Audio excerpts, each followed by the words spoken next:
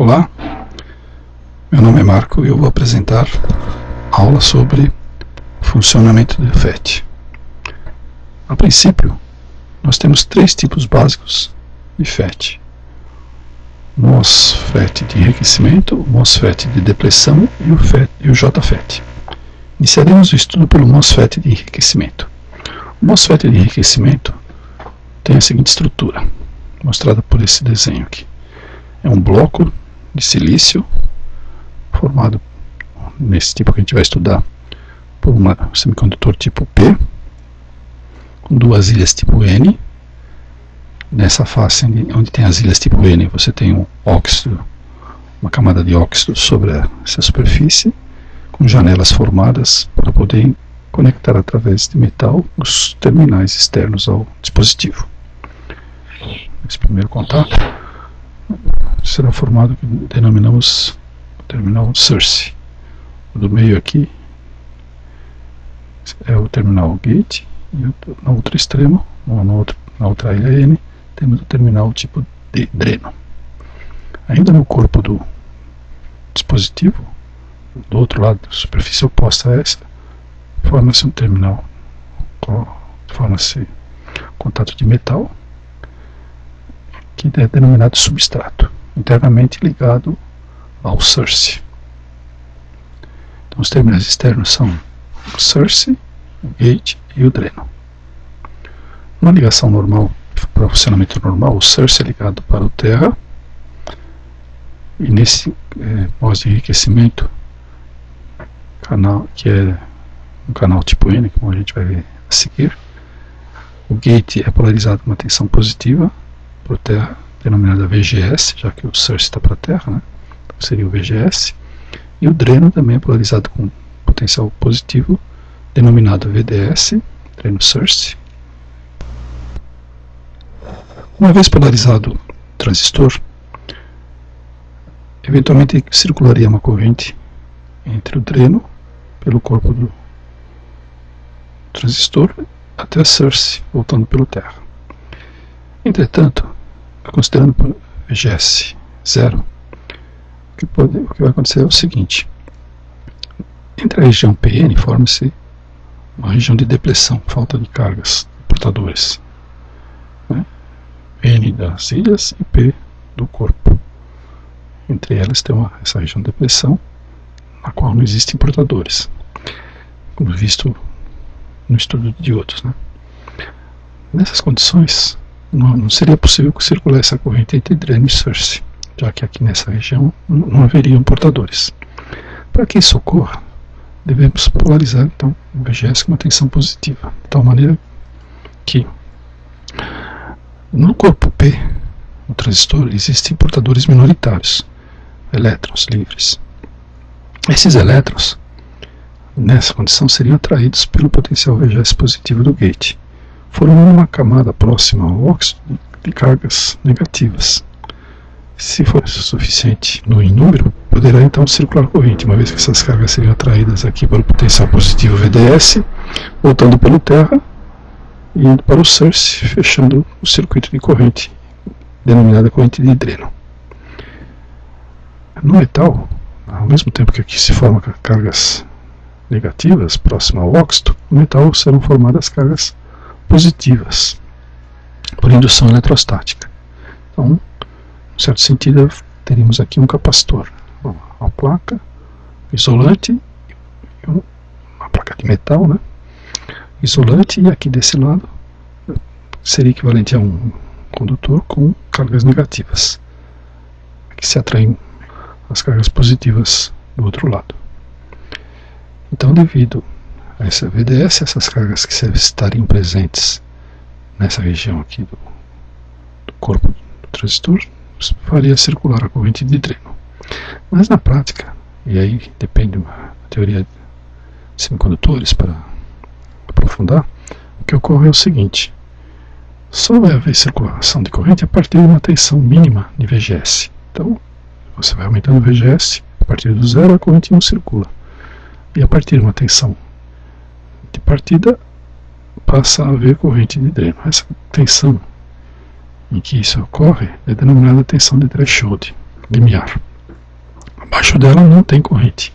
Sem entrar no mérito do porquê que isso ocorre, podemos estabelecer as equações que descrevem esse dispositivo, considerando este capacitor descrito anteriormente.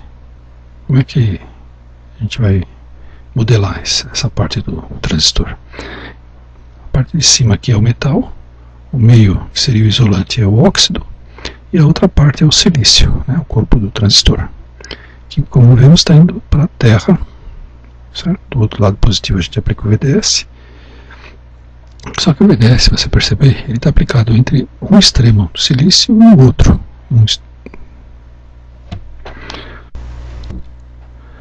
Esta tensão VXS se distribui uniformemente ao longo do corpo do transistor. Considere, por exemplo, o VDS igual a 3 volts. Então, VXS seria 0 perto do source, da ordem de 1,5 volt no meio do percurso aqui, né, o L, e igual a 3 volts próximo do dreno, quando X igual a L.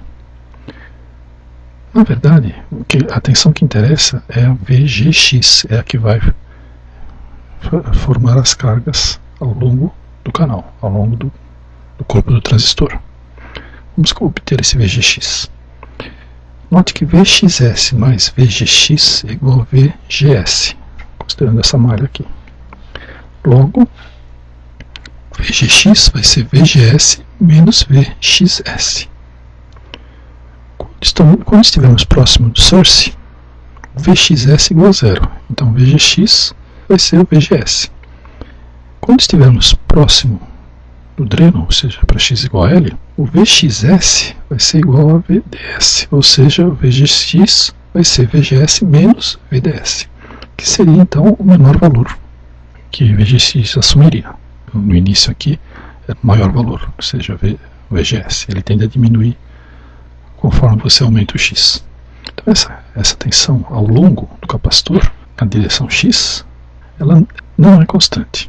Devido a essa tensão não atuar diretamente, você tem que descontar o VT para a geração de cargas. A tensão efetiva responsável por gerar a carga ao longo do capacitor, nós deveremos denominar VX. O VGX vai variar entre VGS e VGS menos VDS. O VX é esse valor aqui menos VT, porque para valores, e só valendo para valores maiores que zero. Então, se o VGX menos VT for menor que zero, não tem tensão suficiente para gerar a carga. Ele só passa a gerar a carga entre o metal e o silício a partir de VGS igual a VT. Então, esse VGX tem que ser maior, a descontar o VT dele para ver a carga que efetivamente vai ser gerada. Então, a carga, na verdade, vai ser a capacitância desse capacitor MOS aqui, vezes a tensão ao longo da coordenada X, definida entre esses extremos, perto do source e perto do dreno. Capacitor bem diferente do que a gente está acostumado, mas vamos ver que isso aí dá para trabalhar desse jeito. Capacitor, a gente conhece a fórmula, é epsilon vezes a área das placas dividido pela distância entre elas. No caso, as placas aqui, vamos pensar nessa placa aqui, que área que ela tem, transversal do capacitor aqui, né? Essa dimensão seria L, né? Praticamente, essa distância aqui é pequenininha, essa também, então aqui seria o L, e transversalmente você tem a espessura do corpo, então seria o L e o E, L vezes E da área dessa plaquinha ou da de baixo também, né? E a distância entre eles é o tamanho, é exatamente a distância do óxido aqui, né? Essa espessura do óxido. Então o capacitor efetivo que a gente vai tratar é esse valor aqui, né? Epsilon sendo a permissividade do óxido. Para obtermos a corrente de dreno, vamos relembrar essas expressões logo a seguir, o Vx e o capacitor, né? Os extremos do Vx é VGS menos VT, perto do source, e VGS menos VDS menos VT, perto do dreno. Podemos então desenhar o gráfico da função Vx em função de x. Então, para x igual a 0, perto do source, é VGS menos VT. Quando chega no dreno, é VGS menos VT menos VDS. Na Na verdade, a diferença entre esses dois potenciais é a tensão aplicada entre dreno e source, VDS. Na região de silício, forma-se então um campo. Você tem uma diferença de potencial, né? Você tem VDS aqui é zero, a diferença de potencial VDS dividido pela distância em que isso ocorre, você corresponde ao campo que vai ser gerado nessa região. Então, E igual a VDS sobre L. Por outro lado, a corrente de dreno vai ser proporcional ao campo. Mas ela é também proporcional à carga disponível aqui. E essa carga disponível, na verdade, você tem uma carga maior perto do source, você tem um potencial maior, né? A carga é a capacitância vezes a tensão. Se aqui é a tensão maior perto da função de x, né? Aquela tensão efetiva. V de x é maior perto do source. Então a carga que vai ser acumulada vai ser maior nessa região, vai diminuindo até atingir o valor menor perto do dreno. O que vai ser responsável pela corrente seria então uma carga média dentro dessa região. Denominaremos que barra, carga média. Na verdade, como a capacitância só depende da parte geométrica, é fixa, nós teríamos que a carga média seria a capacitância vezes a tensão média ao longo de x. Essa tensão média nada mais é do que, veja bem, suponha que aqui seja, por exemplo, numericamente 8 e aqui 9. O valor médio seria 8 e 10, né? 8 aqui e 10 aqui. O valor médio seria 9, a soma dividida por 2. Então, veja bem, o valor médio seria aqui esse valor mais esse, né, dividido por 2, que dá essa expressão. Então, nós já temos aqui, ó, a corrente proporcional ao campo, proporcional à carga média. Então, sendo a carga média dada por essa expressão e o campo dado por essa, a gente pode escrever finalmente que a corrente vai ser proporcional, um fator de proporcionalidade é o produto, né, do campo vezes a carga média. Substituindo as expressões, a gente tem K', fator de proporcionalidade, campo VDS sobre L, e a carga média, que seria o quê? C vezes a tensão média. C vezes a tensão média. Note que aqui, ó, esses dois termos são iguais, então vai dar 2 VGS menos ET, menos EDS em cima, dividido por 2, resultando a expressão final para a carga. Lembrando ainda que a capacitância tem essa expressão, né? Então a gente conhece todos esses dados e podemos então finalmente escrever que essa expressão para ID, que seria a corrente que se estabeleceria em função de VDS. Vamos redefinir a constante, uma vez que L, C, 2 e K' são constantes, a gente pode agrupar elas numa outra constante K, né? Ficaria K vezes essa expressão aqui, multiplicada pelo VDS. Esse é o resultado final. Isso pode não parecer, mas isso é uma parábola. Por que é uma parábola? Olha, a variável que a gente está considerando independente é o VDS, e ID é a função de VDS. Imagine VDS como sendo x e ID como sendo y, que vai dar x², que é uma parábola, né? Y igual a alguma coisa, né? Um x².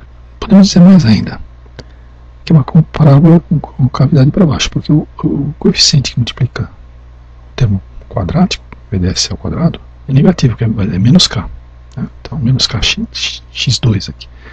A gente sabe que isso é uma parábola com o coeficiente que multiplica o termo quadrático, é negativo, é uma parábola com cavidade para baixo. Não é difícil a gente esboçar essa parábola. A gente só precisa saber as raízes e desenhar a parábola. As raízes correspondem a fazer ID igual a zero. Aqui. Se a gente fizer ID igual a zero, são duas as raízes. Ó. Vai ser VDS igual a zero, né? Essa expressão igual a zero, vai ser zero para VDS igual a zero, e para esse termo entre parênteses, ou para esse termo entre parênteses igual a zero.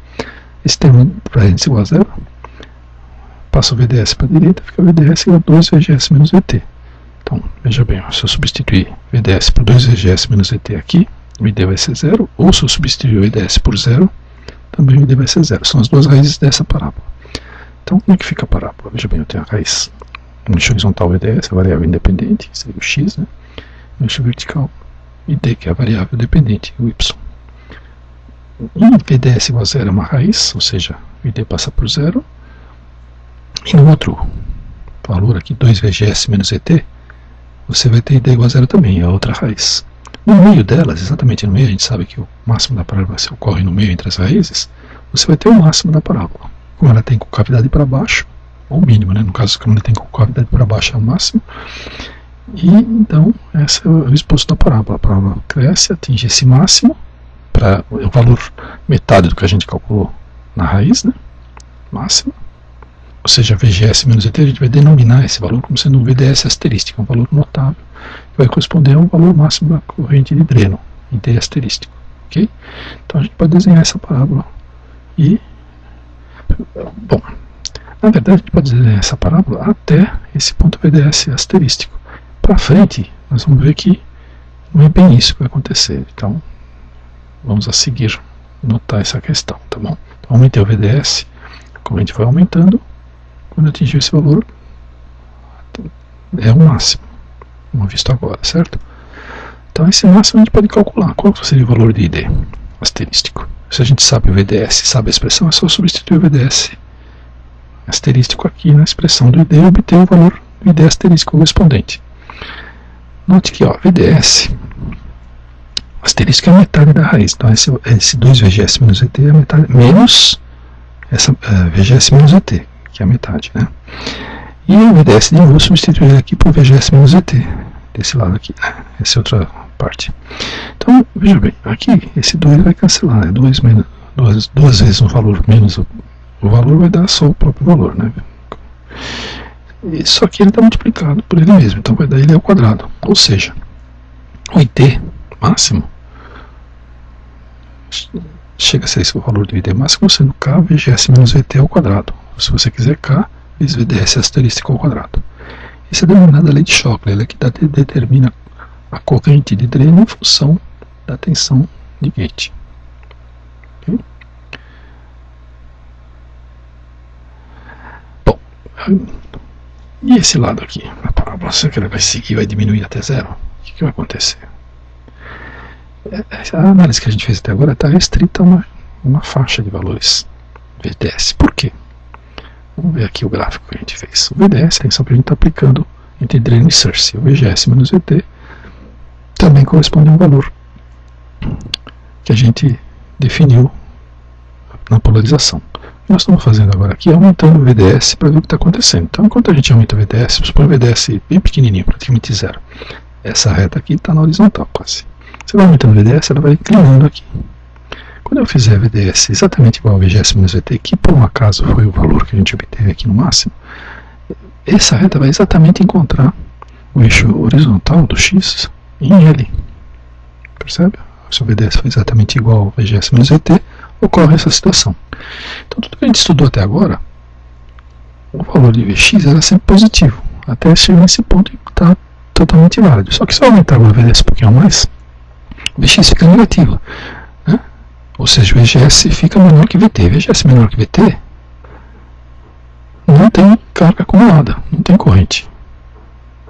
Então não dá para a gente continuar por isso, não dá para aplicar essa análise que a gente fez até agora, certo?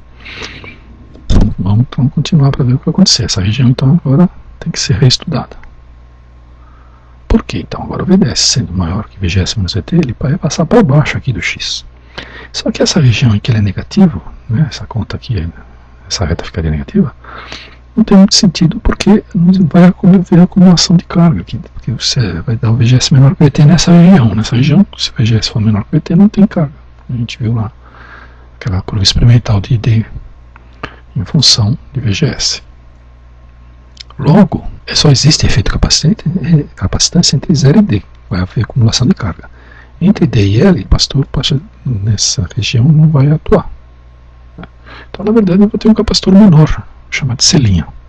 Lembrando ainda que você, inicialmente, quando está toda a região tomada, vale essa expressão, né? O VDS asterístico que a gente viu agora há pouco, que essa tensão máxima vale VGS menos VT, o K, que aparece aqui na expressão de Shockley, vale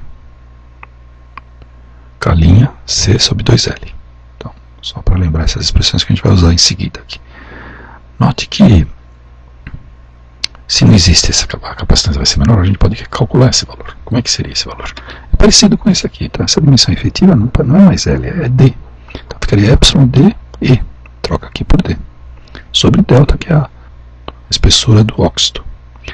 Se eu dividir C' por C, perceba que epsilon e delta são cancelados, então vai ficar apenas D sobre L.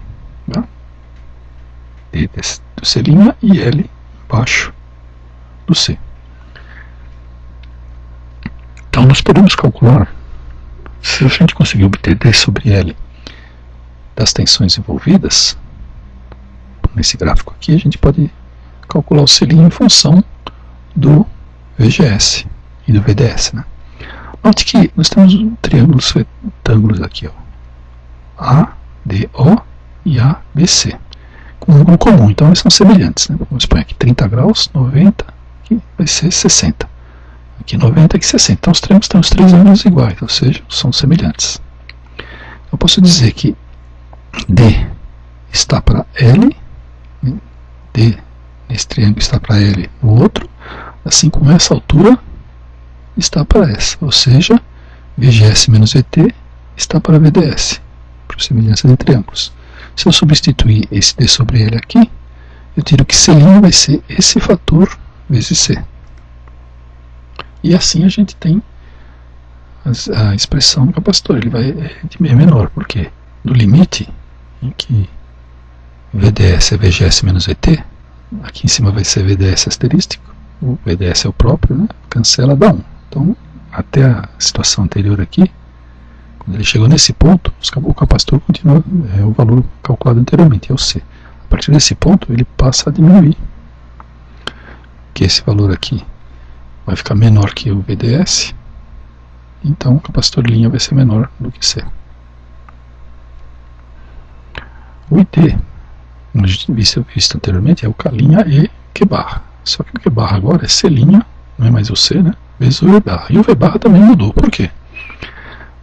O V barra é só uma região efetiva do capacitor, ou seja, entre 0 e T. Então ele vai ser o quê? VGS menos VT, máximo, mínimo é 0, então metade, o valor médio é metade. Então vai ser VGS menos VT sobre 2. Então substituindo aqui nessa expressão aqui, a linha permanece, o campo não mudou, né, porque a diferença de potencial continua sendo VDS e a distância L, então VDS sobre L. Esse é o campo. Agora o C', vale VGS menos VT sobre VDS vezes C, como a gente viu aqui. E o V barra é VGS menos VT sobre 2, que é esse valor aqui. Bom, o VDS cancela, tá certo? E aqui nós temos, ó, K' C sobre 2L. K' C sobre 2L é o K. K' C sobre 2L é o K. E fica só o produto desses dois termos que são iguais, então VGS menos VT ao quadrado, que é VDS asterístico, que é o quadrado vezes K dá o ID asterístico. Então esse valor aqui é o ID asterístico. Esse valor não depende de VDS. Não tem, eu posso variar o VDS. Esses fatores vão se ajustando, ele se cancela aqui, então ele mantém o independente do VDS. A partir desse ponto ele fica constante. Quer dizer isso?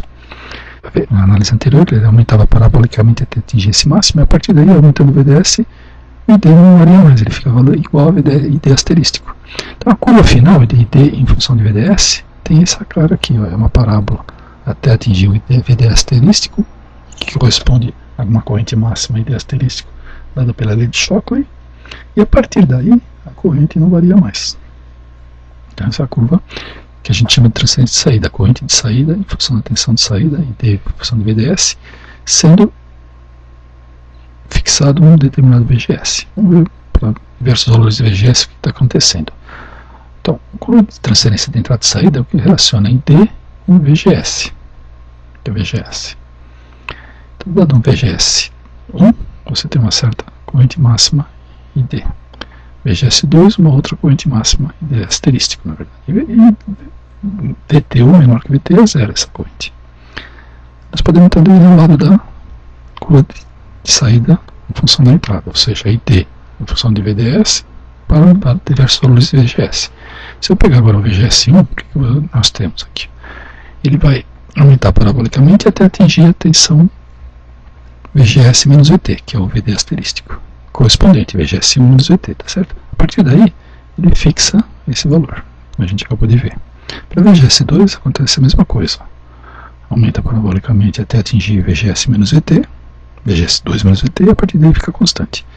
E para tensões menores ou iguais a VGS, a corrente é zero. O próximo dispositivo a ser estudado é o MOS de depressão.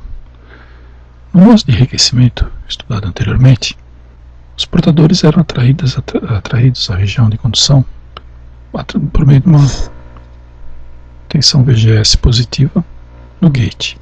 O sentido de enriquecer a região de portadores. Aqui, nesse novo dispositivo, o efeito é diferente. Veremos que no corpo do transistor já existem portadores e a tensão de gate, source, irá expulsá-los, depletá-los, daí os nomes correspondentes.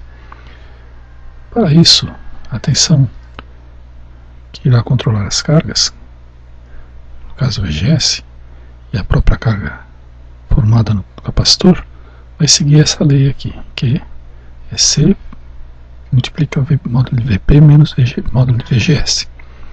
Q de zero corresponde a x igual a zero, a carga perto do gate, que se forma no metal e no corpo de silício. A carga positiva no metal, carga negativa no corpo de silício. Note que, se VGS for zero aqui, VP é uma constante do dispositivo, é semelhante à tensão V de threshold e VT do MOS de enriquecimento. Então, note que mesmo VGS igual a zero, vai existir uma carga já previamente carregada no capacitor, que seria igual a CVP, diferente de zero. Isso vai caracterizar então esse dispositivo. Para tal, o dispositivo é assim construído, ele é muito semelhante ao anterior. Próximo ao óxido, no corpo do transistor, existe uma camada tipo N previamente carregada, ligando as duas ilhas, como discutido no caso anterior, as duas ilhas que já existiam. Então essa camada N' aqui, portadores negativos e semicondutor tipo N, vai resultar em que hajam cargas negativas, mesmo quando o VGS é igual a zero, que estão próximas ao óxido, podendo assim conduzir corrente mesmo quando a tensão VGS for nula. A carga na posição x igual a L, que corresponde ao dreno, vai ser exatamente a carga correspondente à expressão anterior, só que nas tensões deve-se subtrair a tensão de dreno source, como foi discutido no caso anterior. Tensão na posição do gate era um certo valor, na posição do dreno é o mesmo valor menos VDS, correspondente à polarização que foi aplicada. Então, o mesmo valor que havia no gate, na posição do gate, e agora subtrai esse VDS para chegar na posição do dreno. Sendo assim, o gráfico da tensão Vx, a qual multiplicada pelo valor do capacitor vai dar a carga, a tensão efetiva, segue essa reta daqui, em que na posição Lx igual a zero, que seria o gate, você tem Vp menos VGS, módulo de Vp menos módulo de VGS, como aqui. E na posição dreno você vai ter módulo de Vp menos módulo de VGS menos VDS, deslocamento de VDS entre gate e dreno. E a corrente novamente segue aquela lei, K' vezes C vezes a carga média, sendo K' uma constante de proporcionalidade, C a capacitância capacitância MOS, entre metal, óxido e corpo do silício. O campo continua sendo a tensão aplicada entre dreno e source, VDS na distância L, que é entre as ilhas, então seria VDS sobre L, e a carga média vai resultar vezes V barra, esse aqui barra na verdade é C vezes V barra. Então o V barra aqui vai ser o que? Vp menos VGS mais Vp menos VGS mais VDS, as duas tensões, soma delas, dividido por 2. Resulta esse valor aqui. Note que essas duas parcelas, esses dois termos aqui são iguais a esse, então vai dar o dobro dessa diferença nesse ponto. E novamente a gente define K' C sobre 2L como sendo K. Na verdade estou chamando de K duas linhas aqui. Então K' C sobre 2L é uma nova constante formada por essas anteriores. No numerador eu vou ter 2Vp menos VGS menos VDS, e esse VDS vai estar multiplicando essa expressão. Então essa é a corrente ID em função de VDS para esse dispositivo, parecido ao anterior, mas com suas características devido a essa condição de carga inicial diferente de zero. Essa parábola também ela tem concavidade para baixo, né, porque K2 linhas menos o coeficiente de VDS ao quadrado é menos K2 linhas, que é número negativo, então a parábola tem a concavidade para baixo. As raízes são VDS igual a zero e VDS igual a 2Vp menos VGS. Note que se eu colocar VDS igual a zero aqui, vai dar ID igual a zero, uma raiz. A outra é se eu colocar 2 módulo de Vp menos módulo VDS. Colocar aqui, essa diferença vai dar zero e o ID vai dar zero também. A parábola, com as suas duas raízes, com cavidade para cima, metade da posição aqui entre as duas raízes, que seria a raiz maior é 2 vezes Vp menos VGS e a menor é zero. Então o meio delas é Vp menos VGS, os módulos, né? Isso vai dar então um VDS asterístico em que o ID vai ser máximo.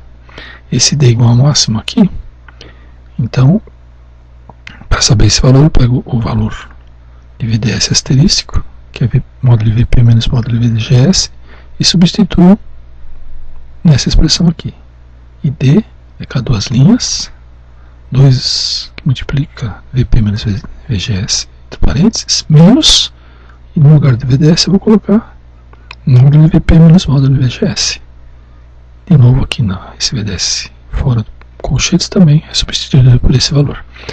O dobro desse valor menos o próprio valor vai dar o Vp menos VGS, que multiplicado pelo mesmo valor vai dar ele ao quadrado. Então o ID asterístico vai ser K duas linhas, Vp menos módulo Vp menos módulo VGS, tudo isso ao quadrado. Muito semelhante ao anterior, mas com as diferenças específicas que vão permitir esse tipo de funcionamento. Essa parte, vamos dizer assim, essa construção física com essa diferença leva a essa expressão aqui de lei de Shockley, na verdade, que corresponde à corrente máxima para um determinado VDS.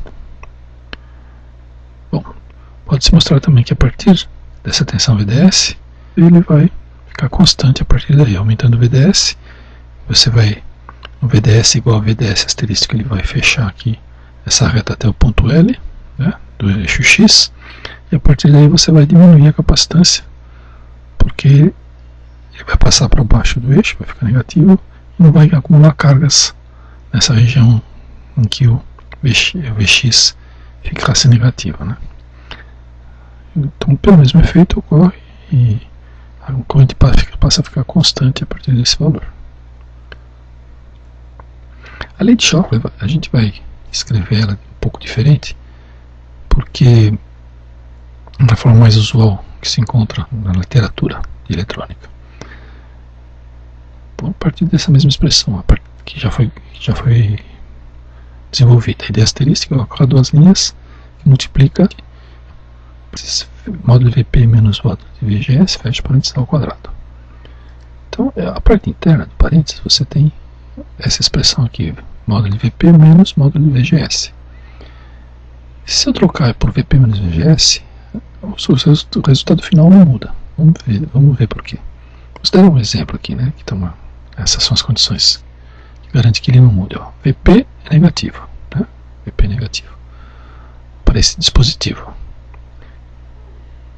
O VGS, para controlar a corrente, tem que ser negativa. Qual que é a ideia? Quando eu aplico uma tensão negativa aqui, ele expulsa os elétrons, diminuindo o número de cargas, os elétrons próximos ao óxido, diminuindo o número de cargas e diminuindo a corrente. Então você controla a corrente de dreno com uma tensão VGS negativa. Mas a tensão VGS negativa, em módulo, ela é menor que essa tensão Vp, característica do dispositivo, né? equivalente ao VT do MOS de enriquecimento. Então, vamos, por exemplo, considerar menos 2, né? O módulo menos 2 é menor que 5, módulo de VP. Se eu fizer a conta com os módulos, vai dar 3 ao quadrado. Fica 5 menos 2, 3 ao quadrado, 9. Mas se eu fizer a conta considerando os seus módulos, vai dar menos 5 menos 2 aqui vai ficar mais 2, menos 5 mais 2 dá menos 3 ao quadrado dá 9 também. Então essas duas expressões são equivalentes. Bom, se eles são equivalentes, o nosso ID asterístico ele vai ser K2 linhas vezes o parênteses anterior vai ficar substituído pela nova expressão VP menos VGS ao quadrado. Esses são equivalentes, a nova expressão fica dessa maneira. Se agora a gente coloca o VP, que está no parênteses em evidência, ele sai para fora, parênteses com o quadrado.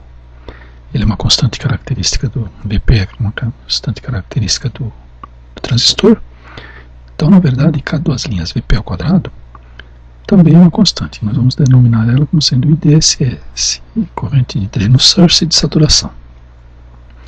Como o VP fica em evidência, o primeiro termo torna-se 1 e o segundo vai ficar VGS sobre VP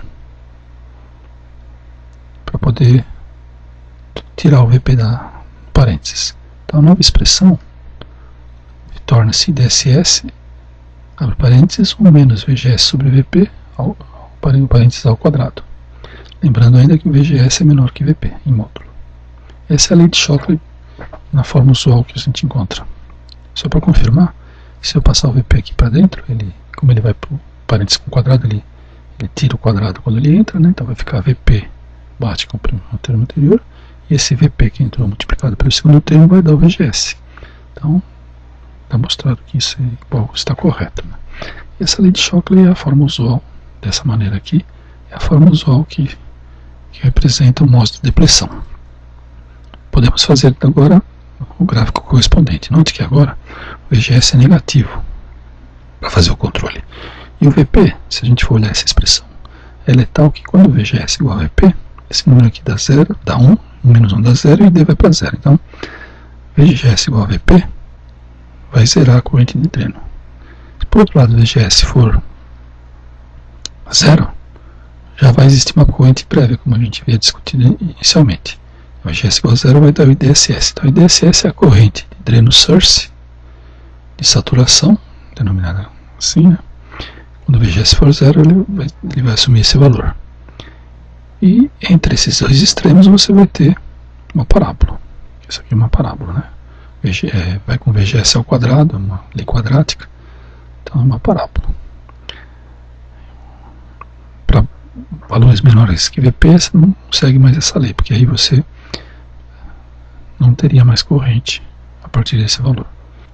E para VGS positivo, continua crescendo a partir do IDSS, seguindo a parábola. Então, a curva de saída correspondente vai seguir uma coisa parecida do que vimos no caso do MOS de enriquecimento. Note, por exemplo, VGS1 positivo corresponderia a um certo ID máximo. Esse ID máximo que você obtém a partir da lei de Shockley.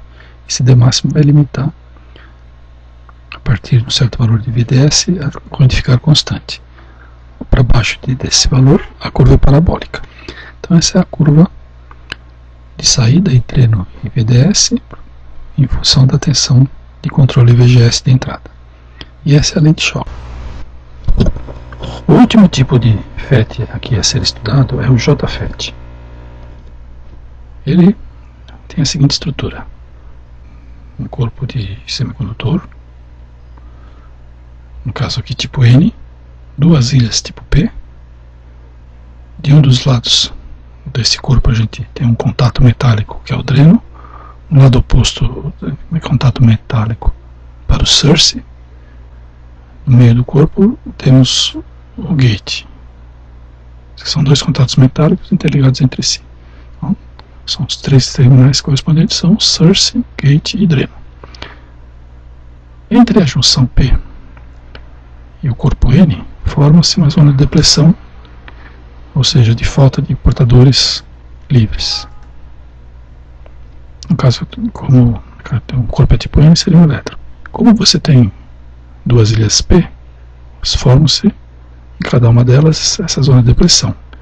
E no meio do corpo pode existir ainda uma região onde há portadores, e por isso você pode conduzir corrente por ele.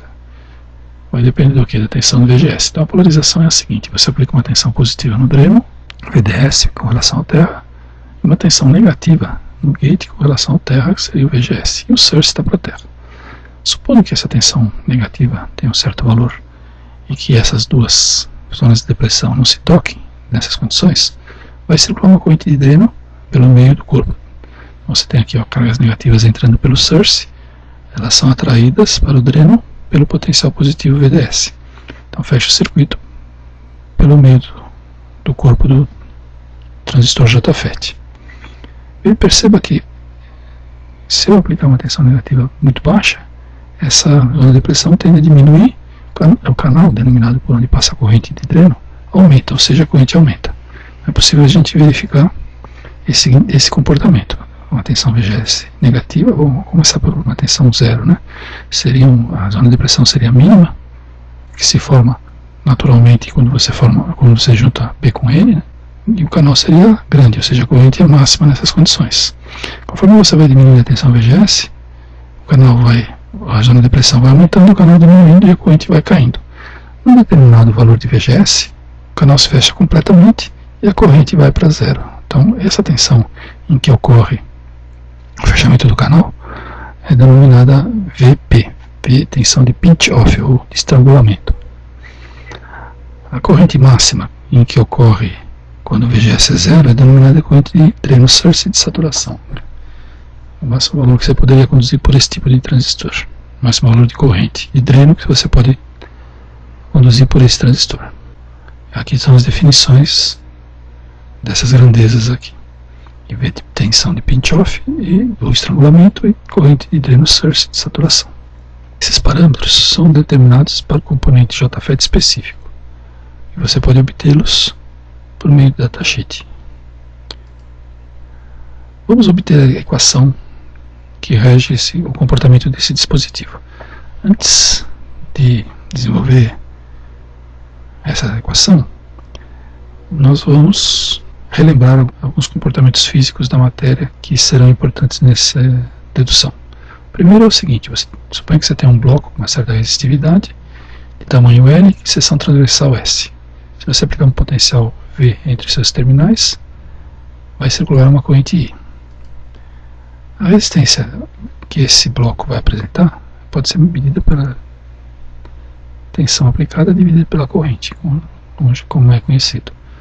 A gente sabe que essa resistência vai ser diretamente proporcional a L, ou seja, quanto maior o valor de L, maior a resistência, e inversamente proporcional à área transversal por onde circula a corrente, ou seja, R proporcional a 1 sobre S. Essa seria a primeira recordação das grandezas envolvidas na condução da corrente por um bloco com uma certa resistividade. Outro estudo que a gente vai fazer se refere ao potencial ao longo de uma dimensão, no caso X, em que temos um conjunto de cargas, um conjunto de densidade de cargas que estão ocupando o espaço em X.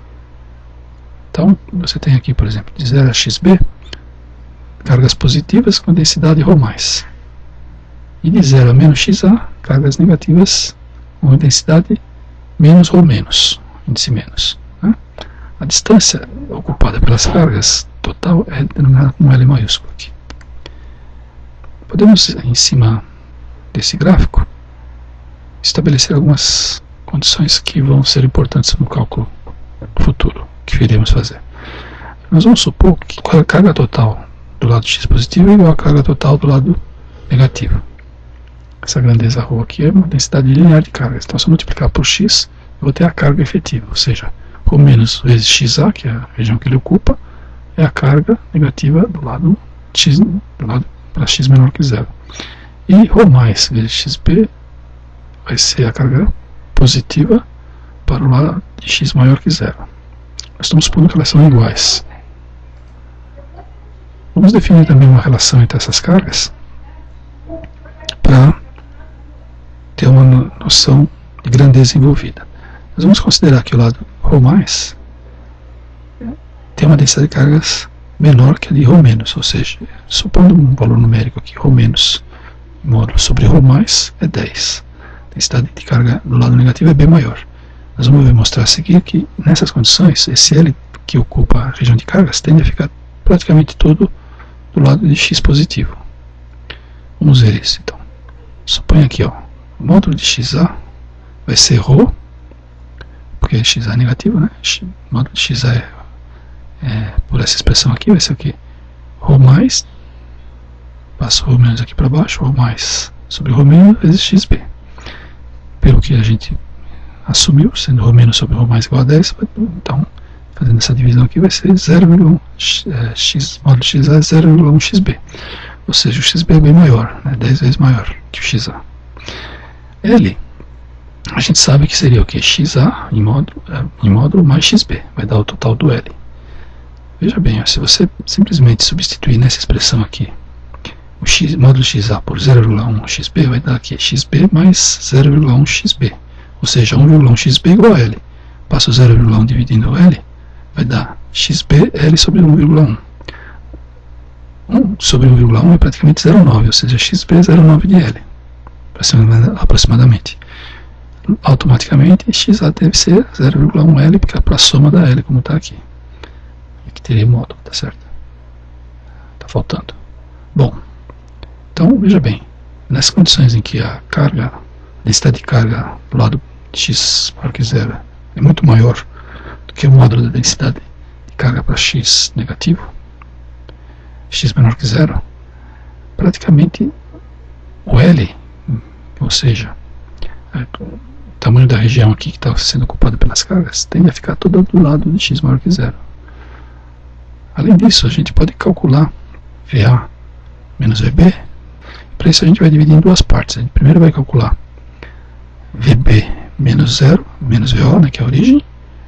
E depois a gente calcula VO menos VA, que seria do lado negativo. E aí, no total, somando os dois, a gente vai ter o VB menos VA desejado.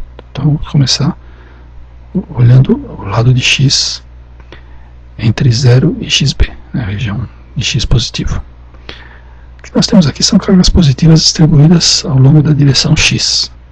A gente pode aplicar o teorema de Gauss, né, eletromagnetismo, né, em que o fluxo da carga E, o fluxo do campo E, tem que ser igual à carga interna de uma região do espaço ocupada pelas cargas. Então veja bem, aqui a gente tem essa região, aqui um paralelepípedo com as cargas positivas internas. Praticamente, como aqui existe uma simetria, desconsiderando os efeitos de borda nessa região de cima e de baixo, praticamente esse campo aqui vai ser horizontal.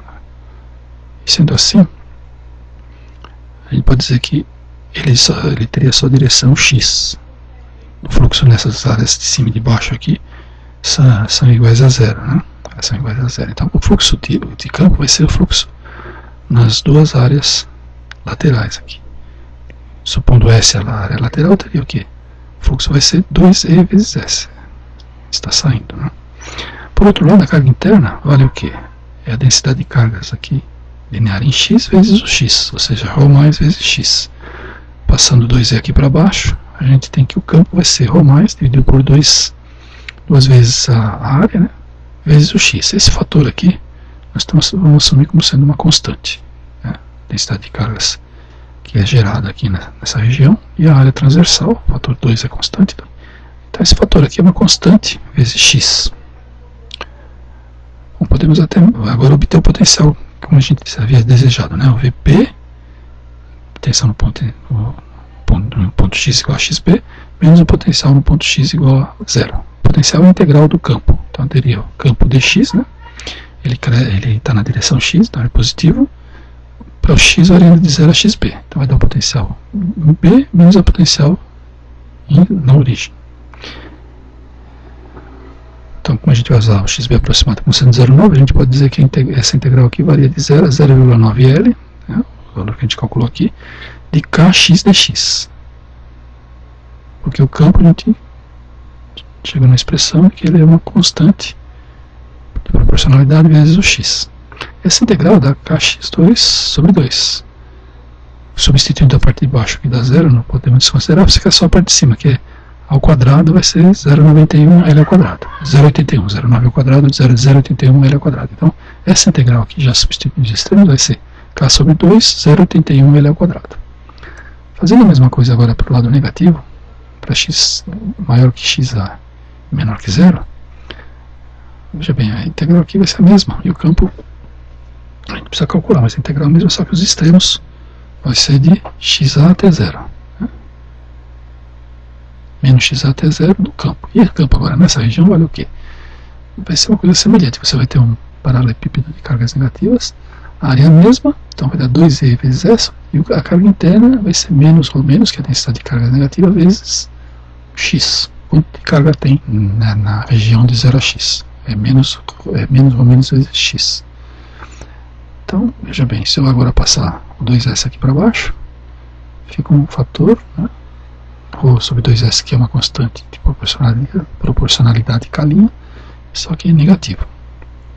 Isso agora seria um menos K'x. Se eu agora substituir o campo por menos K'x nessa integral, fica isso daqui, integrando, dá menos K'x ao quadrado sobre 2.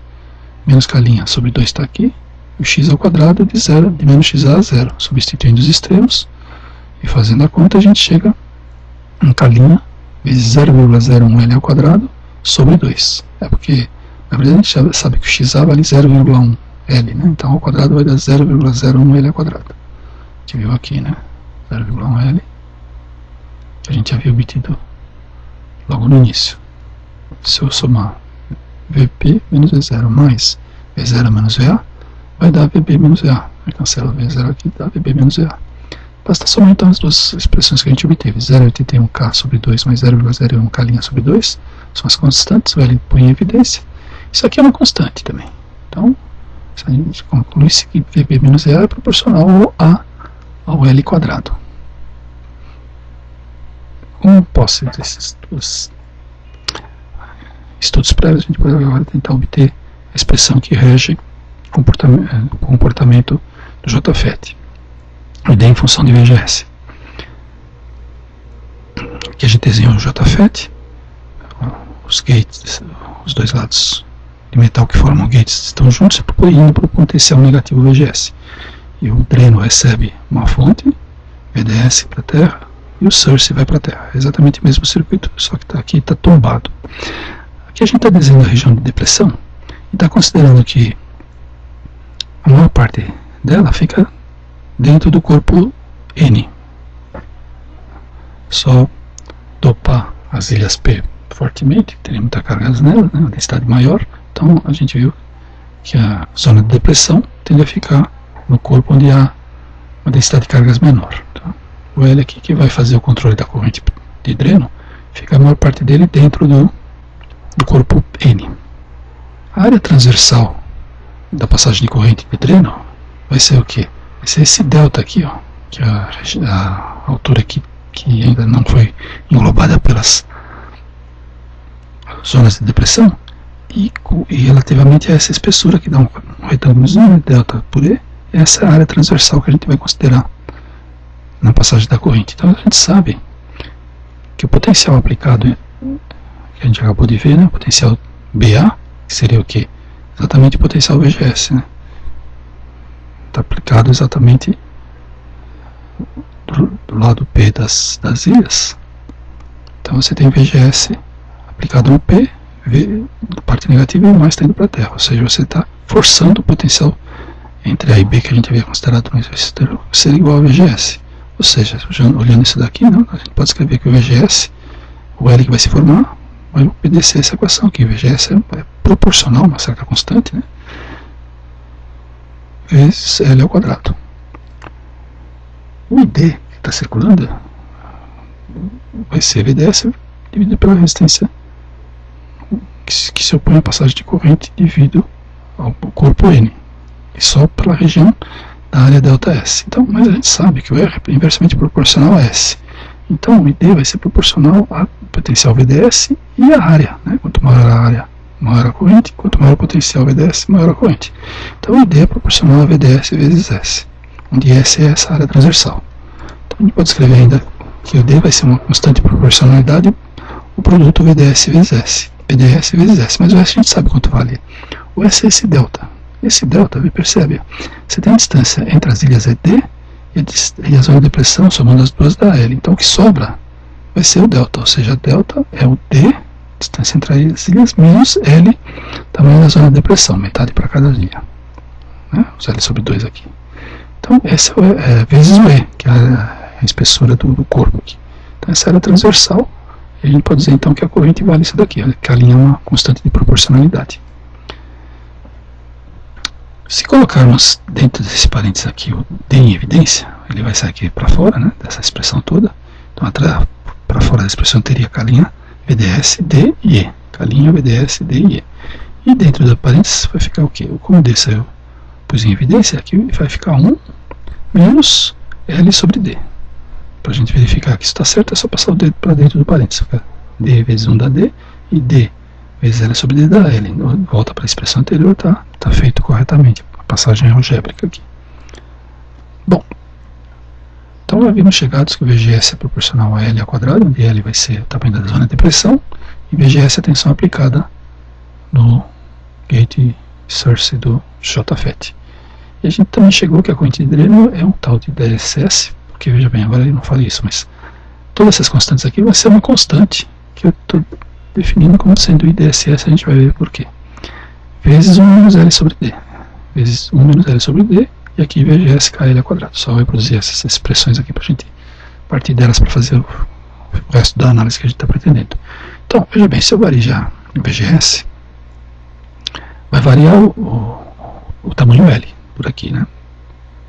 Certo? Se eu variar o VGS, o L varia. Se eu conseguir fazer com que o L seja D, o que significa isso? Vou fechar totalmente o canal, né? Se eu fizer L igual a D, isso aqui vai dar 0. Então, se L igual a D, olhando aqui, ó, L igual a D vai dar e D fecha, né? Fechou o canal para não passar mais corrente. Note que nós estamos fazendo essa análise aqui com o VDS bem próximo de 0, valor pequenininho. Depois a gente vai ver por que estou ressaltando isso aqui. Então, nessas condições, a corrente é 0. Se eu agora fizer L igual a 0, isso significa o VGS 0 volts, o L vai ser bem pequenininho, eu estou desprezando esse tamanho, praticamente 0. Se ele for igual a 0, eu tenho a corrente máxima em DSS. Então daí vem esse nome, né? Máxima porque não dá para passar dela, ela está saturada. A corrente dreno source de saturação. Então, se eu diminuir o VGS até 0, o L praticamente 0, o canal está totalmente aberto, a corrente está sendo máxima, né? Igual a DSS. Considerando aqui a expressão 1, né? A condição 1, ocorreu o oposto da 2, né? Eu fechei totalmente o canal, a corrente foi para 0. A gente fala que o canal, né, foi totalmente estrangulada. Estrangulamento em inglês seria pinch off, né? Nessas condições, existe um VGS para qual isso ocorre, né? Você vai, né, aumentando negativamente o VGS, o canal vai se fechando, chega uma hora que ele se fecha. E esse valor específico de VGS seria um VGS asterístico, eu vou chamar ele de VP, tensão de pinch off, que é quando começa a fechar o canal totalmente, né? O canal, se você continuar diminuindo negativamente, ele já está fechado, continua fechado, então esse é o ponto de limite que isso ocorre, o VP. Agora a gente pode ver aqui, ó, se eu considerar esse VGS asterístico igual a VP, por essa expressão eu sei que é L ao quadrado, mas nessa condição que ele se fechou, L ao quadrado vale D. Então eu posso escrever o seguinte, que o VP, que é essa tensão de pinch off, vai ser K D ao quadrado, é só substituir aqui o D, L igual a D. Nessas condições eu tiro o valor de K, o K vale VP sobre D ao quadrado. VP é conhecido, pode ser medido, por exemplo, e o D é uma dimensão, que dimensão que ela é? A distância entre as ilhas, nessa estrutura. Está determinado o valor de K. Aí a gente pode escrever que VGS é KL ao quadrado. Estou considerando aqui módulo só para não pensar muito no problema de sinais, né? VGS é KL ao quadrado, ou seja, substituindo o K por VP sobre D ao quadrado, eu posso chegar na expressão que VGS vale VP L sobre D ao quadrado, nas diversas possibilidades do L, né? Para L igual a 0, aqui vai dar 0, para L igual a D vai dar o VP, certo? VGS igual a VP. para L igual a 0, VGS igual a 0, para L igual a D, VGS igual a VP, como a gente já havia considerado. Mas daí a gente pode tirar o valor de L sobre D, em função das tensões. Então L sobre D vai ser a raiz quadrada, passa aqui o VP aqui para baixo, extrai a raiz, L sobre D é a raiz quadrada de VGS sobre VP. Perceba que aqui a gente precisa colocar módulo, porque os dois são negativos e a raiz vai ficar sempre positiva sem problema. Então essa raiz aqui eu posso substituir finalmente na expressão do ID, chegando a essa expressão aqui, ID igual a IDSS 1 menos raiz quadrada de VGS sobre VP.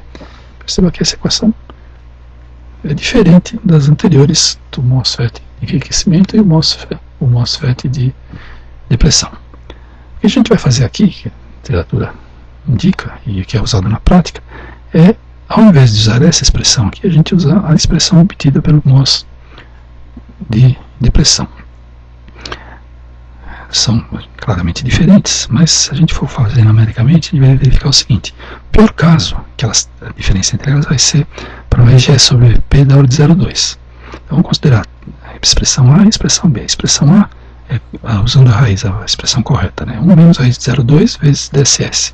Fazendo essa conta aqui vai dar 0,56 DSS aproximadamente.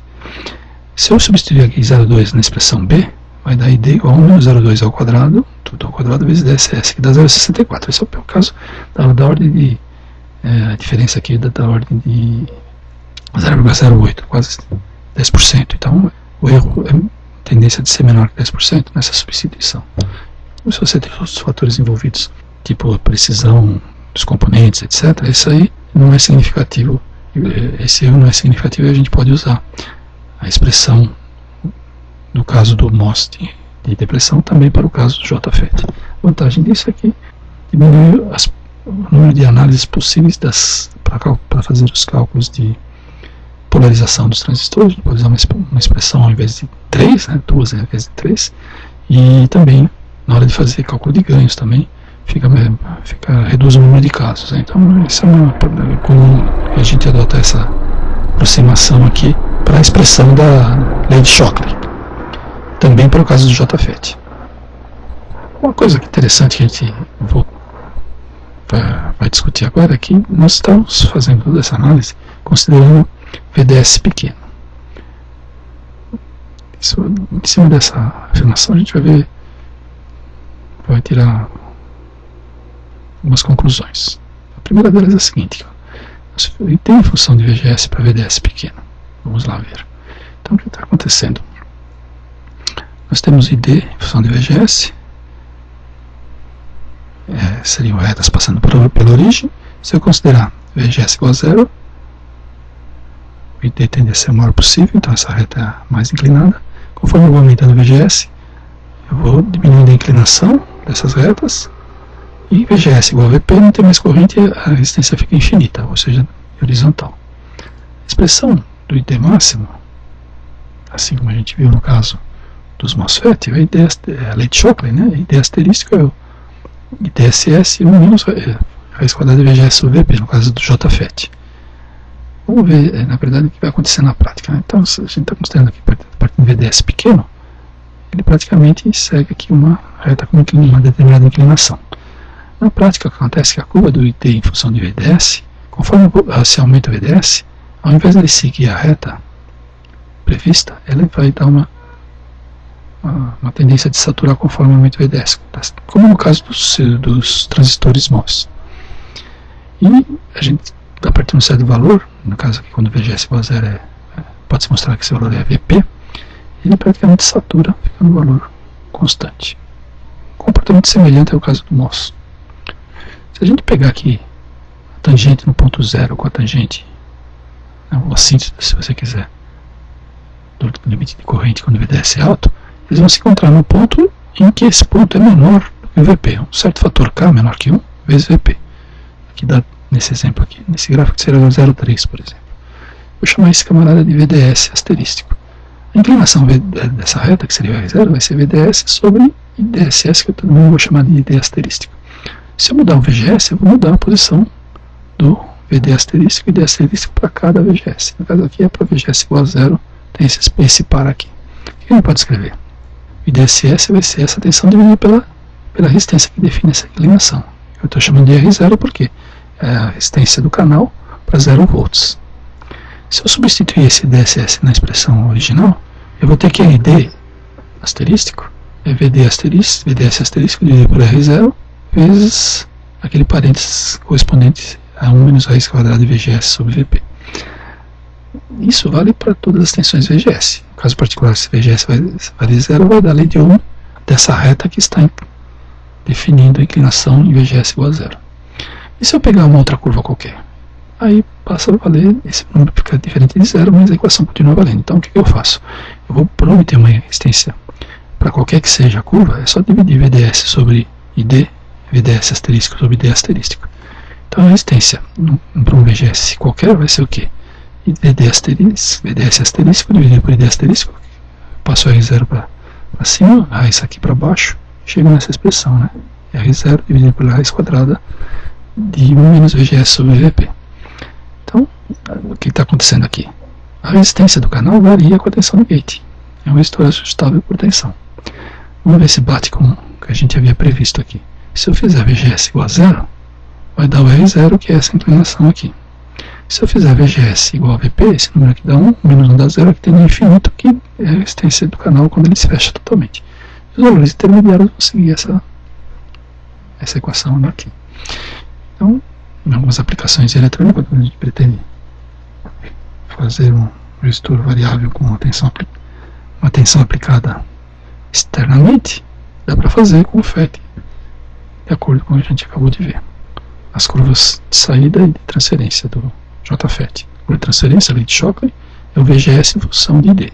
Ela é a mesma lei que a gente viu no MOS de depressão. Então, vai dar exatamente a parábola até chegar em VP, e depois se estrangula o pinch-off, né? Para baixo de VP ele fica 0. Uma coisa diferente aqui, uma característica diferente com relação ao MOS de depressão, é que nós não podemos aplicar um VGS positivo.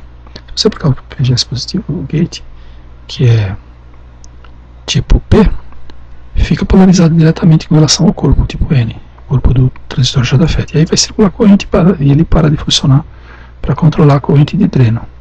Então, no caso do JFET, tem que aplicar só tensões negativas, né, de 0 para até VP, na verdade. E a curva de saída, então, nós teremos o mesmo comportamento do caso do MOS de depressão, só que não pode se fazer VGS positivo. Então, para VGS igual a 0, eu vou ter esse DSS como sendo a saturação, e a partir do ponto que em determinado ponto, ele segue uma parábola até atingir a origem.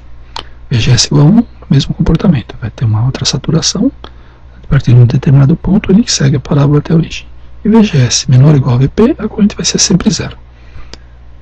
Bom, por que ele segue esse comportamento aqui?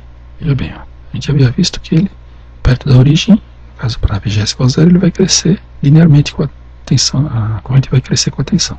Linearmente, seria tangente desse ponto aqui. Mas olha o que acontece. Conforme vai aumentando o VDS, ele vai, vamos dizer assim, tender a uma saturação, semelhante ao visto caso MOS. Por que acontece isso? Existe um estrangulamento, mesmo quando o VGS for 0, olha o que acontece, o VGS está 0 aqui, certo? Mas a tensão aplicada a VDS aqui no caso não é próxima de 0, é um valor alto, 4 volts, né? Por aqui, estaria nessa região aqui.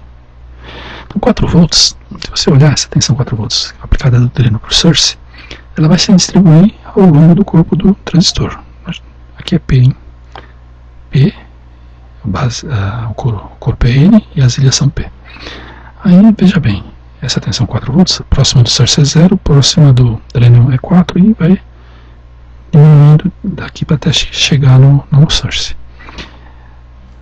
Se a gente considerar aqui o ponto X como sendo um dos possíveis A, B, C, D que a gente desenhou aqui, o que vai acontecer? A tensão VGX, que é a tensão, por exemplo, VGB, né? Aqui, essa de 1 volt aqui, ela é negativa, porque olha, o ponto B está em 1 volt e o gate está em 0, então o gate está mais negativo 1 volt que o corpo aqui. Isso gerou uma tensão negativa nessa região da junção PN, aumentando a zona de depressão, relativamente ao 0. Quando ele chegar aqui em cima, o que vai acontecer? Quanto mais próximo do dreno, o VGX tende a ficar mais alto. No caso, o limite vai ser os 4 volts, nesse exemplo aqui, né? 4 volts no corpo, 0 no gate, dá menos 4 volts no VGS. Sendo a tensão mais alta, a zona de depressão é maior. A gente já viu que a largura da zona de depressão depende do VGS. Com o quadrado dela, vezes o fator de proporcionalidade, é igual ao VGS. Então, se o VGS, no caso aqui o VGX, né, da junção PN, vai ser mais negativo, então a largura vai ser maior. Ou seja, tem que estrangular perto do dreno. Se aumentar mais o VDS, fecha mais ainda, porque essa tensão vai ser mais negativa, relativamente ao gate vai ser mais negativo, então ele fecha mais ainda. Então a tendência é estrangular o canal, ou seja, conforme vai aumentando o VDS, o canal vai sendo estrangulado perto do dreno, cada vez mais até que ele praticamente fecha. Né? Ele fechando aqui em cima, a corrente tende a ficar constante. A gente vai fazer essa análise, mas é o que acontece na prática. Nós temos que perceber o seguinte, tanto no caso do MOS, no caso do JFET. Quando ele fecha aqui em cima, tem uma região aberta aqui, né? Os portadores aqui são acelerados e eles atravessam essa região de depressão fechada. Não que eles, na região de depressão existem portadores, mas eles podem atravessar. Assim como acontece no caso do diodo. Na junção de depressão, no caso do diodo, não tem portadores, mas quando você polariza, aplica uma potencial positiva no P e negativa no N, passa a corrente por essa região, porque os elétrons foram acelerados. Aqui também, se você fechar aqui, os elétrons que estariam livres aqui, eles passariam para atingir o potencial positivo do dreno. Então, mesmo que ele feche aqui em cima, a corrente vai passar, e ela, mas o efeito que ocorre é ela ficar constante, e dando essa curva daqui. Bom, com isso a gente fechou todos os casos que a gente se propôs a estudar no caso dos FETs. Vamos fazer um resumo aqui. Primeiro, aproveitando, definir a simbologia de cada caso.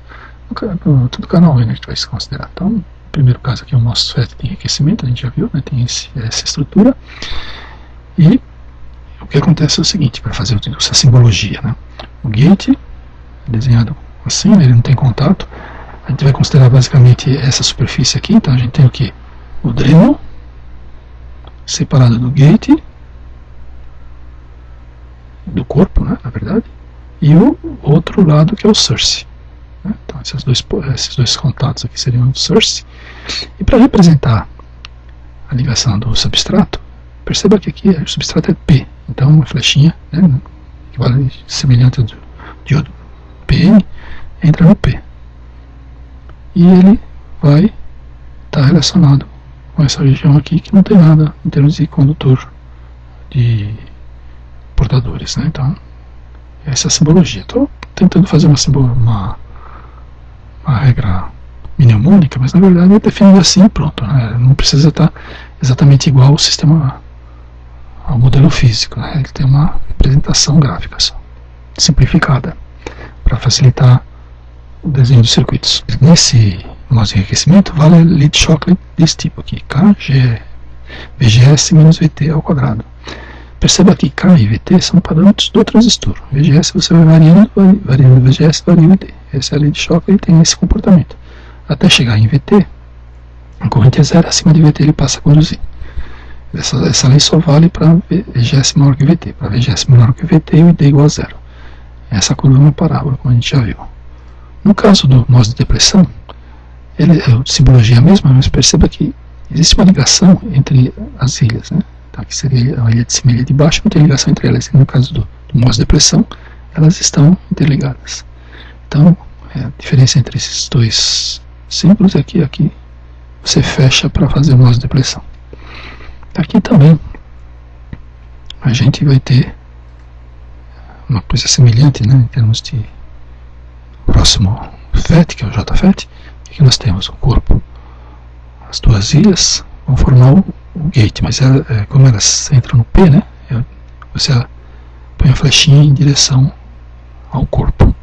Aí você tem o contato do dreno, que seria esse daqui, e o contato do source, que seria esse daqui. Essa então é a simbologia do JFET. E a equação que rege esses dois dispositivos é a lead shock com esse formato aqui, DSS 1 vezes GS sobre VP ao quadrado. E tem esse comportamento, né? É uma parábola também, abaixo de VP ela é nula, né? Essa lei só vale para VGS maior que VP. Conforme você vai aumentando o VGS, ele vai atingir o máximo, que é o IDSS, No caso do JFET, não é possível você aumentar o VGS para o lado positivo, mas no caso do MOS de depressão, você pode aumentar o VGS. Se você aumentar o VGS aqui para o lado positivo no JFET, você polariza essa junção diretamente e passa a circular a corrente pelo gate e você perde o controle dos canais aqui, do canal em termos de condução. Então não justifica e não é utilizado dessa maneira. Mas aqui não tem problema não, porque o gate, mesmo sendo positivo, como tem uma camada de óxido, não tem como circular corrente pelo gate, porque o óxido é isolante. Então, apesar da equação ser a mesma, no caso do MOS de depressão, é possível você puxar essa curva aqui para a direita, certo? Ter a região VGS positivo também é válido no caso do MOS de depressão. E assim encerramos o estudo teórico dos tipos de FET.